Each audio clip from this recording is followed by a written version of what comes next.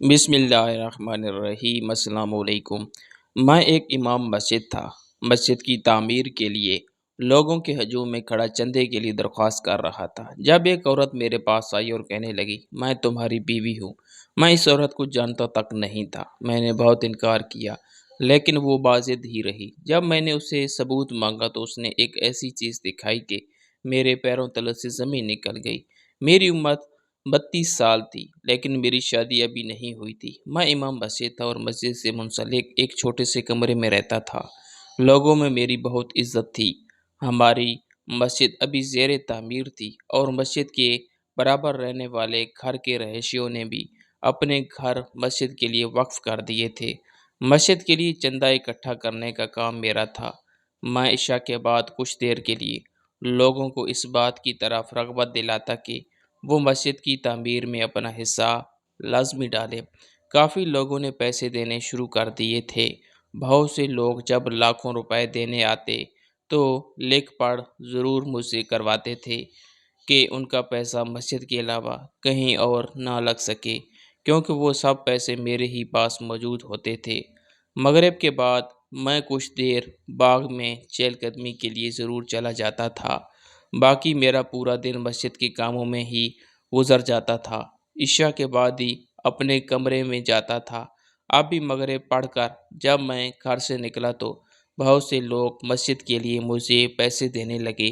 ابھی میں ان سے باتوں میں مصروف تھا کہ ایک لڑکی سب مردوں کے بیچ راستہ مانگتے ہوئے میرے سامنے کھڑی ہو گئی۔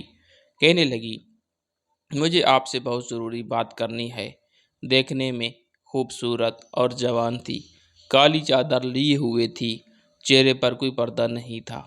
عورت کو دیکھ کر مرد پیچھے ہٹ گئے۔ مجھے لگا شاید کوئی دینی مسئلہ پوچھنے آئی ہے یا پھر کوئی وظیفہ پوچھنا ہوگا، یا ہو سکتا ہے مسجد کے لیے کوئی چندہ دینا ہو۔ میں نے کہا، جی محترمہ فرمائیے، کیا خدمت کر سکتا ہوں آپ کی؟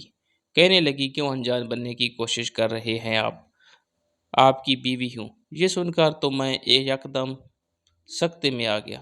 یہ کیا کہہ رہی تھی؟ میری تو ابھی شادی بھی نہیں ہوئی تھی اور میں اس عورت کو جانتا تک نہیں تھا، بلکہ میں نے تو اسے پہلی بار دیکھا تھا۔ میں نے کہا، آپ کا دماغ تو درست ہے، آپ ہوش میں تو ہیں، کیا کہہ رہی ہیں آپ؟ مجھے تو اس لڑکی کی بات سن کر اپنی عزت کے لالے پڑ گئے تھے۔ وہاں موجود سب مردوں کی نظر مجھ پر تھی، میری سب عزت کرتے تھے۔ میں نے آج تک کبھی کسی عورت پر غلط نظر تک نہیں ڈالی تھی، اور وہ لڑکی کھلے عام سب کے سامنے مجھ پر الزام لگا رہی تھی۔ کہنے لگی، 4 دن سے تو آپ گھر مجھ سے ملنے نہیں آئے۔ میں پریشان ہو گئی تھی، اس لیے مجبوراً مجھے آپ کے پاس یہاں مسجد میں آنا پڑا۔ اس کی بات پر مجھے غصہ آنے لگا تھا۔ کیسے بے شرموں کی طرح سے مجھ پر جھوٹے الزام لگا رہی تھی۔ سب کی شکی نظریں مجھ پر تھی۔ ان میں بہت سے بزرگ ایسے بھی تھے جو میری شرافت کو دیکھ کر اپنی بیٹیوں کی شادی مجھ سے کرانے کے خواہش مند تھے، اور دبے چھپے لفظوں میں مجھ سے کہہ بھی چکے تھے، میں چاہتا کہ مسجد کی تعمیر سے فارغ ہو جاؤں تو شادی کے بارے میں بھی سوچوں گا، لیکن یہ عورت مجھے بدنام کر رہی تھی۔ میں نے اسے کہا کہ ایک عورت ہوتے ہوئے آپ کو شرم نہیں آتی کسی غیر مرد کے ساتھ اس قسم کی بات کرتے ہوئے؟ میں آپ کو جانتا تک نہیں ہوں، کبھی آپ کو دیکھا تک نہیں ہے، اور آپ ہیں کہ بنا لحاظ مجھے بدنام کرنے کی کوشش کر رہی ہیں۔ دیر رات میں مسجد میں رہتا ہوں، سب لوگ جانتے ہیں کہ میں کہیں نہیں جاتا۔ میری بات سن کر بہت سے لوگ کہنے لگے، بی بی، تمہیں شرم آنی چاہیے، ایک نیک اور دیندار شخص پر ایسا گھٹیا الزام لگاتے ہوئے۔ ہم جانتے ہیں کہ مولانا صاحب ہر وقت مسجد میں ہی ہوتے ہیں۔ جی نہیں، آپ کی اطلاع کے لیے عرض ہے کہ یہ روز مغرب کے بعد عشاء تک مسجد میں نہیں ہوتے، اس وقت یہ میرے ساتھ ہوتے ہیں۔ یہ سن کر میں دنگ سا رہ گیا تھا کہ وہ میرے روز کی روٹین سے بھی واقف تھی اور کیسے فراٹے سے جھوٹ بولے جا رہی تھی، مجھ پر الزام لگائے جا رہی تھی۔ میں نے کہا کہ میں باغ میں چہل قدمی کے لیے جاتا ہوں۔ وہ لڑکی مجھے دیکھ کر کہنے لگی، مولانا صاحب، آپ نے مجھ سے نکاح کیا ہے، کوئی گناہ تو نہیں جو یوں سب سے چھپاتے پھر رہے ہیں؟ اس لڑکی کی بات تو میں اب آپے سے بیر ہونے لگا تھا۔ ایک کے بعد ایک جھوٹ وہ مسلسل بولے جا رہی تھی۔ دیکھو محترمہ، میں بہت تمہارا لحاظ کر رہا ہوں، اس لیے عورت ہونے کا ناجائز فائدہ مت اٹھاؤ اور نکلو یہاں سے۔ میں تمہیں جانتا تک نہیں ہوں، اور مجھے کیا ضرورت پڑی ہے کہ میں تم سے خفیہ نکاح کرتا پھروں۔ مجھے غصہ آنے لگا تھا۔ بے شک میں بہت ضبط کا مظاہرہ کر رہا تھا، لیکن آخر کب تک کرتا؟ بہت سے لوگ جانتے تھے کہ میں مغرب سے عشاء تک مسجد نہیں ہوتا۔ کافی لوگ یہ بات نہیں جانتے تھے کہ میں باغ میں چہل قدمی کے لیے جاتا ہوں، اور نہ ہی میں ہر وقت کو ہر ایک کو بتا کر جاتا تھا۔ لوگوں کی مشکوک نظریں مجھ پر اٹھنے لگی تھی، اور ایک عزت دار مرد کے لیے ایسی نظریں ہی بہت زیادہ اذیت دیتی ہیں۔ میں وہاں سے واپس مسجد کی طرف جانے لگا، لیکن وہ عورت میرے سامنے آ کر کھڑی ہوئی، رونے لگی، کہنے لگی، سرتاج، مجھ سے ایسی کیا کوتاہی ہو گئی ہے جو آپ مجھ سے ایسا بیگانگی والا سلوک کر رہے ہیں؟ میں نے تو آج تک آپ کی کوئی بات نہیں ٹالی، نہ جانے کیوں وہ میری شرافت کا کڑا امتحان لے رہی تھی۔ میں نے آپ جناب کو بالائے طاق رکھ کر غصے سے انگلی اٹھا کر اسے تنبیہ کرتے ہوئے کہا، میں تمہارا کچھ نہیں لگتا۔ اگر تم نے مجھ پر کوئی بھی الزام لگایا تو میں تمہیں پولیس کے حوالے کر دوں گا۔ میری آنکھیں اس وقت قہر برسا رہی تھی۔ وہ اپنے چہرے پر بے چارگی اور مسکنت ڈالے خود کو سچا ثابت کرنے کی کوشش کر رہی تھی۔ کہنے لگی، میرے پاس سارے ثبوت ہیں کہ آپ ہی میرے شوہر ہیں۔ اس نے اپنے کندھے پر لٹکے پرس کو کھولا اور کچھ کاغذات میرے حصے کے۔ بہت سے لوگ میرے پاس آ کر وہ پیپر دیکھنے لگے۔ وہ دیکھ کر میرے پاؤں تلے سے زمین ہی نکل گئی تھی۔ وہ نکاح نامہ تھا، جہاں میرا شناختی کارڈ نمبر بھی ٹھیک لکھا تھا، اور اس کی کاپی بھی ساتھ اٹیچ تھی، اور اس عورت کا بھی میرے دستخط بھی ویسے ہی ہوئے تھے جیسے میں کرتا تھا۔ کوئی فرق نہیں تھا۔ ان دستخطوں میں میرا تو دماغ گھوم کر رہ گیا تھا۔ بھلا یہ سب اس عورت کے پاس کیسے آ سکتا ہے جسے میں نے آج ہی پہلی بار دیکھا ہے، اور اس نے یہ سب کیسے حاصل کیا؟ میری عقل سوچنے سے قاصر تھی۔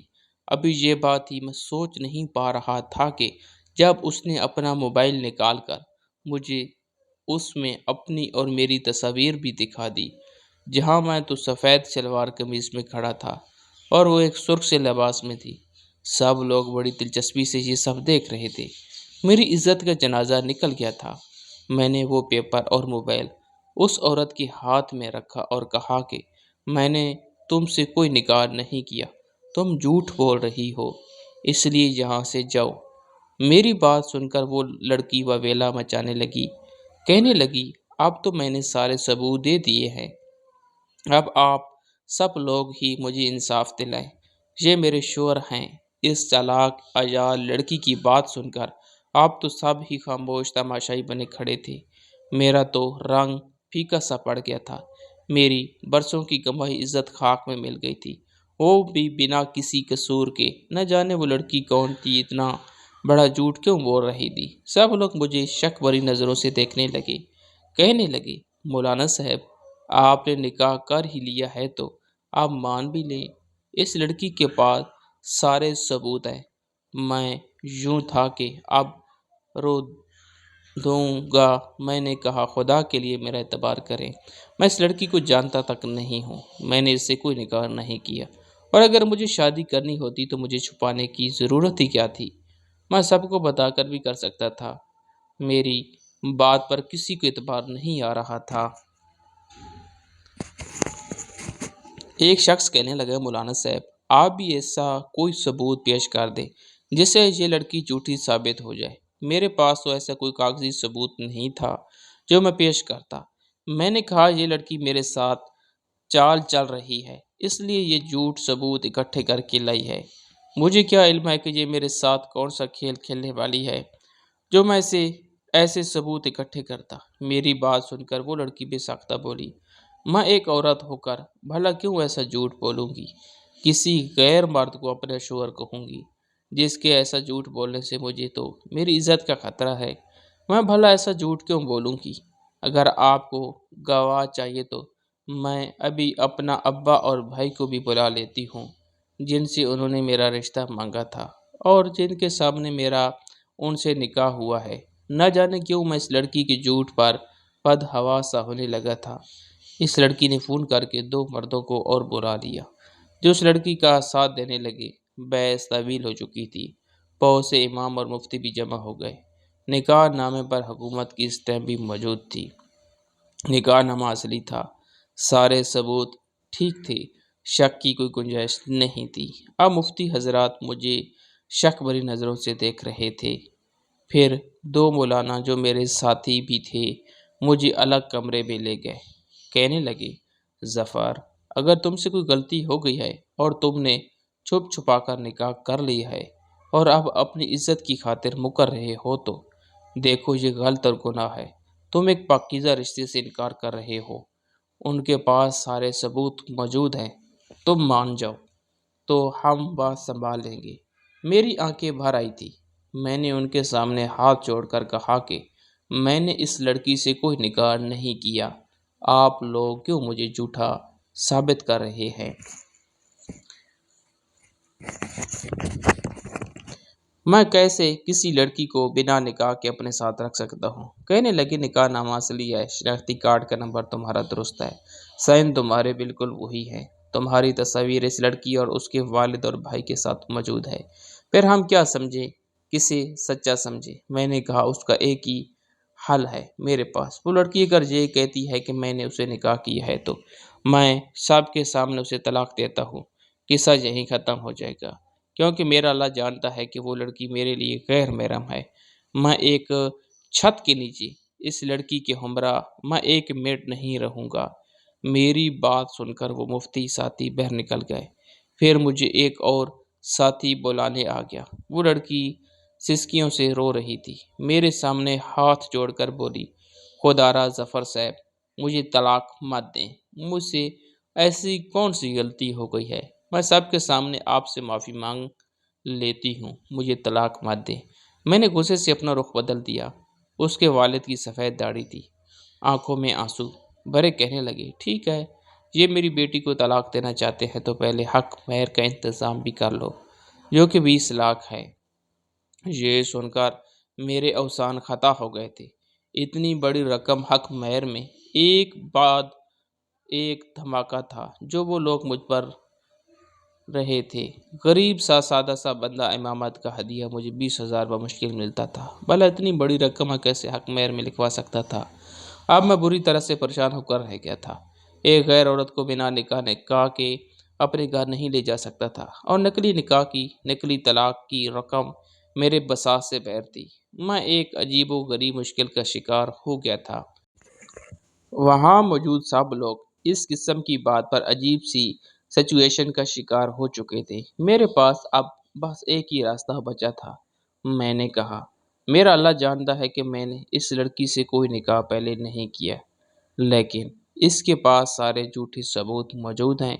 دنیا کے سامنے بے شک یہ سچی اور میں جھوٹا ہوں، لیکن میرا اللہ غیب کے علم کو جانتا ہے۔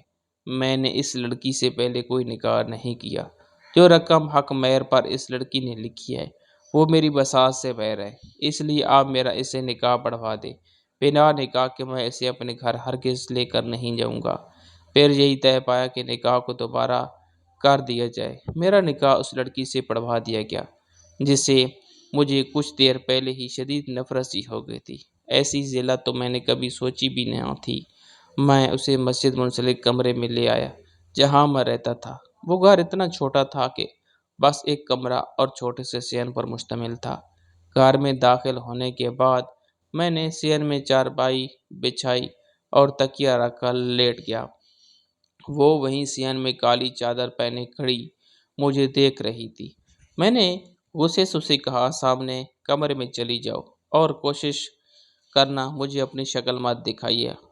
وہ خاموشی سے کمرے میں چلی گئی۔ میرے سینے میں تو کوئی الو دیکھ رہا تھا۔ میں ایک یتیم لڑکا تھا۔ ماں باپ کی حساسیتی موت کے بعد چچا کے پاس رہنے لگا، لیکن چچی مجھے برداشت نہیں کرتی تھی، چچا سے روز لڑتی تھی۔ وہ تنگ آ کر مجھے اسی مسجد کے مدرسے میں حفظ کے لیے ایسا چھوڑ کر گئے کہ پھر واپس نہیں پلٹے۔ میں نے قرآن مجید حفظ کیا اور اردو انگریزی کی تھوڑی سی تعلیم حاصل کی۔ اسی مسجد کی امامت پر مامور ہو گیا۔ میری شرافت اور جھکی نظروں پر سب ہی میری بہت تعریف کرتے تھے۔ کوئی عورت سامنے آتی تو میں اسے کبھی اتنے غور سے نہ دیکھتا کہ اس کے خد و خال میرے ذہن میں رہ جائیں۔ فوراً اسے اپنی نظریں جھکا لیتا تھا کہ یہ گناہ ہے۔ اللہ کی لوح اور اس کا خوف میرے دل میں ایسا گھر کر چکا تھا کہ کب بھی اپنی شادی کے بارے میں سوچتا تو یہ خیال آتا کہ آج تک کسی عورت کو میں نے آنکھ بھر کر نہیں دیکھا۔ مجھے عادت ہی کہاں ہے عورت کے چہرے کو اتنا غور سے دیکھنے کی۔ میری تو نظریں فوراً سے جھک جاتی ہیں، پھر بیوی کو کیسے دیکھ پاؤں گا؟ اگر یہ کہا جائے کہ مجھ میں حیا کا عنصر عام مردوں سے کچھ زیادہ تھا تو غلط نہ ہوگا۔ لوگ میری بہت عزت کرتے تھے۔ میری شرافت کی گواہی میرے مسجد اور مسجد کے منسلک مدرسے کے کئی عالم مفتی بھی دیتے تھے، لیکن آج اس لڑکی نے میری عزت کو خاک پہ ملا کر رکھ دیا تھا۔ سب میری شرافت اور پاکیزگی کو ڈھونگ سمجھنے لگے تھے۔ نہ چاہتے ہوئے بھی میری آنکھوں سے آنسو بہنے لگے۔ مسجد میں تو میں سب کے سامنے ضبط کا دامن نہیں چھوڑا، لیکن اب تنہائی میں خود پر اختیار کھو بیٹھا تھا۔ میں دبی دبی سسکیوں کے ساتھ روتا رہا۔ میرے آنسو تک میں کیر جذب ہو رہے تھے۔ ایک عزت دار مرد کے لیے یہ بات چھوٹی نہیں ہوتی کہ کوئی عورت اسے یوں سب کے سامنے اس کے کردار کو مشکوک کر دے۔ اس لڑکی کو اپنانا میری مجبوری تھی۔ پھر 20 لاکھ کا حق مہر بھی نہ میرے اختیار میں تھا، لیکن وہ اتنی بری لگ رہی تھی کہ مجھے اس کا چہرہ دیکھنا بھی گوارا نہیں تھا۔ اسے چھوٹے سے گھر میں بس ایک ہی واش روم تھا اور وہ کمرے میں تھا۔ میں روتے روتے کچھ دیر ہی سویا تھا کہ تہجد کے وقت میری آنکھ کھل گئی، کیونکہ میں پابندی سے تہجد پڑھتا تھا۔ کچھ دیر چارپائی پر ہی بیٹھا رہا کہ اندر کیسے جاؤں۔ میں ذہنی طور پر نکاح کے لیے تیار نہیں تھا۔ جو کچھ ہوا تھا مجبوراً ہوا تھا، اچانک سے ہوا تھا۔ کسی خاتون کے کمرے میں یوں جانا میرے لیے ایک آزمائش سا تھا جو زبردستی میری بیوی بن گئی تھی۔ کچھ دیر تو میں یہ سوچتا رہا کہ کیا کروں، پھر خیال آیا کہ وہ سو رہی ہوگی۔ چپکے سے اندر چلا جاتا ہوں اور وضو کر کے لوٹ آؤں گا۔ جب میں کمرے میں داخل ہوا تو کمرے میں ہلکی سی روشنی تھی۔ وہ لڑکی جائے نماز بچھائے سجدے میں تھی۔ میں نے پہلے تو اسے حیرت سے دیکھا، پھر خود کو جھٹک کر واش روم چلا گیا۔ جب وضو کر کے باہر نکلا تب بھی وہ سجدے میں تھی۔ میں کمرے سے باہر نکل گیا، جائے نماز بچھایا اور نماز تہجد کی نیت باندھ لی۔ نماز اور ذکر و اذکار سے فارغ ہو کر مسجد چلا گیا۔ مجھے دیکھ بہت سے میرے ساتھی ایک دوسرے کے کانوں میں خسر خسر کرنے لگے، یقیناً میرے بارے میں ہی باتیں کر رہے ہوں گے۔ میں چاشت کے بعد کچھ دیر گھر آرام کرنے چلا جاتا۔ پورا دن میں نے مسجد میں گزارا۔ گھر عشاء کے بعد ہی لوٹا تھا۔ گھر صاف ستھرا تھا، کھانے کی خوشبو بھی آ رہی تھی۔ بھوک تو مجھے لگی تھی۔ دوپہر میں کھانا مدرسے میں ہی کھا لیا تھا۔ گھر پر راشن موجود تھا۔ میں عشاء کے بعد گھر جا کر کچھ نہ کچھ خود ہی بنا کر کھا لیا کرتا تھا۔ بھوک ہونے کے باوجود میں نے اپنی چارپائی بچھائی اور لیٹ گیا۔ وہ لڑکی کچن سے باہر نکلی، اسی کل والے لباس میں تھی، چادر پوری سر پر لپیٹ رکھی تھی۔ کہنے لگی کھانا تیار ہے، آپ کا کھانا یہیں صحن میں لگا دوں؟ میں نے اس پر ایک نظر ڈال کر ہٹا لی۔ میرے کھانے کی فکر کرنے کی تمہیں کوئی ضرورت نہیں ہے، بس اپنا انتظام کیا کرو۔ یہ کہہ کر میں نے کروٹ بدل کر آنکھیں بند کر لی۔ کچھ دیر بعد ہی میری آنکھ لگ گئی۔ تہجد کے وقت وہ مجھے پھر سے سجدے میں نظر آئی۔ مجھے لگا اپنے گناہوں کی توبہ مانگ رہی ہوگی، لیکن کسی انسان کے ساتھ کی گئی زیادتی تب تک معافی نہیں ہوتی جب تک کہ وہ خود معاف نہ کر دے۔ میرے دل میں بار بار یہ ابال آنے لگا کہ اس عورت سے پوچھوں تو صحیح کہ اس نے میرے ساتھ ایسا کیوں کیا۔ پورا دن مسجد میں گزار کر جب میں گھر گیا تو وہ کچن میں موجود تھی۔ میں آج رات کا کھانا بھی مدرسے سے کھا کر آیا تھا۔ میں نے کچن میں جھانک کر دیکھا تو وہ کچن میں ہی تپائی رکھ کر کھانا کھا رہی تھی۔ مجھے دیکھ کر کچھ نروس سی ہو گئی۔ سنو، کھانا کھا کر باہر صحن میں میری بات سن لینا۔ یہ کہہ کر میں باہر چلا گیا۔ وہ کھانا کھا کر صحن میں آ کر ایک کونے میں کھڑی ہو گئی۔ میں نے غصے سے اسے دیکھا اور کہا، لوگوں کے سامنے تو تم نے جو ڈرامہ رچانا تھا وہ رچا لیا، اپنے جھوٹ کو تم نے سچ بنانا تھا بنا لیا، لیکن جہاں اس وقت میرے اور تمہارے علاوہ اللہ کے سوا دوسرا کوئی موجود اور وہ ہر حقیقت سے آگاہ ہے، میں تم سے یہ سوال اسی روز بھی پوچھ لیتا جس دن تم نے میرے کردار کی دھجیاں اڑانے کے راکھ دی تھی، لیکن اس وقت میں بے حد غصے میں تھا، اپنا اختیار کھونے کا مجھے ڈر تھا، شاید تم پر ہاتھ اٹھانے سے بھی گریز نہ کرتا، اس لیے خاموشی اختیار کر لی، لیکن اب میرا خود پر اختیار ہے، میں نے تمہارا کیا بگاڑا تھا جو تم نے میرے ساتھ یہ سب کیا؟ میری بات سن کر وہ رونے لگی، کہنے لگی مجھے معاف کر دے، میرے پاس دوسرا کوئی راستہ نہیں تھا، میں آپ کو وجہ نہیں بتا سکتی، یہ کہہ کر وہ کمرے میں چلی گئی۔ چند دن بعد میں نے اسے چند جوڑے لا کر دیے، کیونکہ وہ 4-5 دن سے اسی ایک لباس میں ملبوس تھی، جو ذمہ داری تو میری ہی تھی۔ رات کو جب میں تہجد کے لیے اٹھا تو پورا وجود درد سے چور تھا، مجھے محسوس ہوا کہ مجھے بخار ہے، میرا جسم تپ رہا تھا، بمشکل ہی میں نے فجر پڑھائی اور گھر لوٹ آیا، مجھے تیز بخار ہو چکا تھا، میں صحن کی چارپائی پر لیٹ گیا۔ میری بیوی نے جب مجھے یوں بیمار دیکھا تو میرا بہت خیال رکھنے لگی، اس وقت میں بھی بے بس تھا، کیونکہ بخار کی شدت کی وجہ سے اس کے سہارے کی مجھے ضرورت تھی، مجھے دوا بھی وہ خود دیتی، کھانا ناشتہ بھی بنا کر دیتی، رات بھر میری تیمارداری میں جاگتی بھی رہتی تھی، نہ چاہتے ہوئے بھی میرا دل اس کی طرف میل ہونے لگا تھا، بس ایک ہی سوال مجھے چین نہیں لینے دیتا تھا کہ اس نے میرے ساتھ ایسا کیوں کیا۔ چند دن بعد میں ٹھیک ہو گیا تھا، رات کو جب میں گھر آیا تو پہلی بار اسے کھانا خود سے مانگا، وہ خوشی سے چہکنے لگی تھی، فوراً اسے کھانا گرم کر کے میرے سامنے رکھ کر وہاں سے جانے لگی۔ میں نے کہا، ادھر میرے پاس بیٹھ کر میرے ساتھ کھانا کھاؤ۔ میری بات سن کر وہ مجھے خوشگوار حیرت سے دیکھنے لگی، چپ چاپ میرے سامنے دستخواں پر بیٹھ گئی۔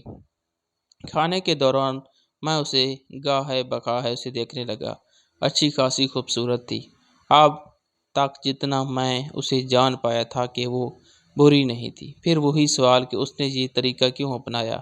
کھانے کے بعد وہ کچن میں برتن دھونے لگی۔ میں نے اپنے لیے آج چارپائی نہیں بچھائی تھی، میں اپنے کمرے میں جا کر لیٹ گیا تھا۔ رات کو جب وہ کمرے میں آئی تو حد درجہ گھبرائی ہوئی تھی، اسے دیکھ کر میں اٹھ کر بیٹھ گیا۔ میں نے اسے کہا، ادھر میرے پاس آ کر بیٹھو۔ وہ چھوٹے چھوٹے قدم اٹھاتی ہوئی میرے پاس آ کر بیٹھ گئی۔ میں نے اس کا ہاتھ تھام لیا جو اس وقت برف کی مانند ٹھنڈا ہو رہا تھا۔ بہت پیار خاور اپنائیت سے میں نے بات شروع کی، تم اب میری بیوی ہو اور میں تمہارے ساتھ اپنے رشتے کی ابتدا کرنا چاہتا ہوں، لیکن اس کے لیے ضروری ہے ہمارے درمیان کوئی جھوٹ اور دھوکہ شامل نہ ہو، ہم سچ بول کر اپنے رشتے کو شروع کریں۔ میں نے تمہاری ہر غلطی کو معاف کیا کہ یہ مجھ جیسے شخص کے لیے ناممکن سی بات ہے، جس کے لیے اس کی عزت سب سے پہلے اہمیت اکٹھی تھی، لیکن تم نے میری خدمت بہت کی ہے، تو تم آج عادات اور اعتبار کی مالک ہو، لیکن مجھے سچ جاننا ہے۔ میری بات سن کر اس نے نظریں بدل لیں، پھر کہنے لگی، ہمارا چھوٹا سا گھر اس پارک کے سامنے ہے جہاں آپ مغرب کے بعد آتے تھے، میں وہاں آپ کو روز دیکھتی تھی، آپ بہت شریف انسان تھے۔ میرے والد ایک موچی ہے، بھائی ابھی گورنمنٹ اسکول میں پڑھ رہا ہے، میرے لیے رشتے تو بہت آتے تھے، لیکن میرے والد کے پاس مجھے دینے کے لیے جہیز نہیں تھا۔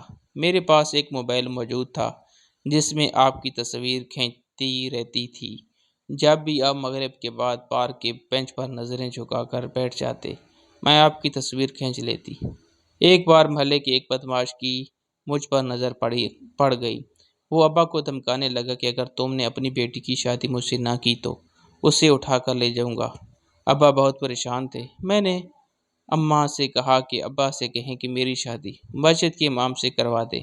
ابا نے مسجد کے ایک شخص سے بات بھی کی، لیکن آپ نے شادی سے منع کر دیا۔ میں نے آپ کی تصویروں کو اپنی اور اپنے بھائی اور والد کی تصویروں کے ساتھ جوڑ لیا۔ میں نے اپنے بھائی سے کہا کہ کسی بھی طریقے سے وہ آپ کے سائن حاصل کر لے۔ میرا بھائی مدرسے میں چندہ دینے کے بہانے سے آپ کے پاس آیا تھا۔ اس وقت رش بہت تھا۔ اس نے آپ سے کہا کہ وہ ایک معقول رقم آپ کو دے گا، لیکن آپ کو ان صفحات پر سائن کرنا پڑے گا۔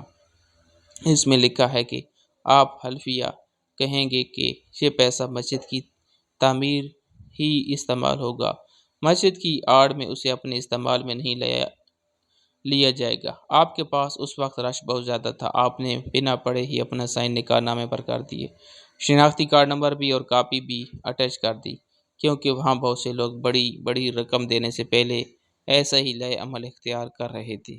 میرا بھائی رش سے فائدہ اٹھا کر آپ سے سائن کروا کر وہاں سے آ گیا۔ جس دن میں نے یہ ڈرامہ رچایا، اسی دن رات کو وہ بدمعاش مجھے لے جانے کی دھمکی ابا کو دے کر کیا تھا۔ ماں جانتی تھی آپ نیک انسان ہے، مجھ سے نکاح کیے بنا اپنے گھر نہیں لے کر جائیں گے۔ اپنی نیک نامی اور شرافت کے تذکرے ہم سب گھر والوں نے سن رکھے تھے۔ اس کی باتیں سن کر مجھے حیرت ہوئی تھی، لیکن پھر یہ بھی احساس ہوا کہ اس نے جو کچھ بھی کیا اپنی بچاؤ کے لیے ہی کیا تھا۔ میں نے اسے معاف کر دی اور ہم ہنسی خوشی زندگی گزارنے لگے۔ 1 سال کے بعد اللہ تعالیٰ نے ہمیں رحمت سے بیٹی سے نوازا۔ میری بیوی بہت نیک تہجد گزار ہے، میرا بہت خیال رکھتی ہے، اور ہماری زندگی اب خوشی خوشی گزر رہی ہے، اور مسجد والے بھی ہمارا ادب و احترام اسی طرح کرتے ہیں جیسے پہلے کیا کرتے تھے۔ ناظرین، مزید اس طرح کی عجیب و غریب کہانیاں اور واقعات سننے کے لیے ہماری ویڈیو کو لائک کریں، شیئر کریں اور ہمارے چینل کو سبسکرائب کریں۔ شکریہ۔ اللہ حافظ۔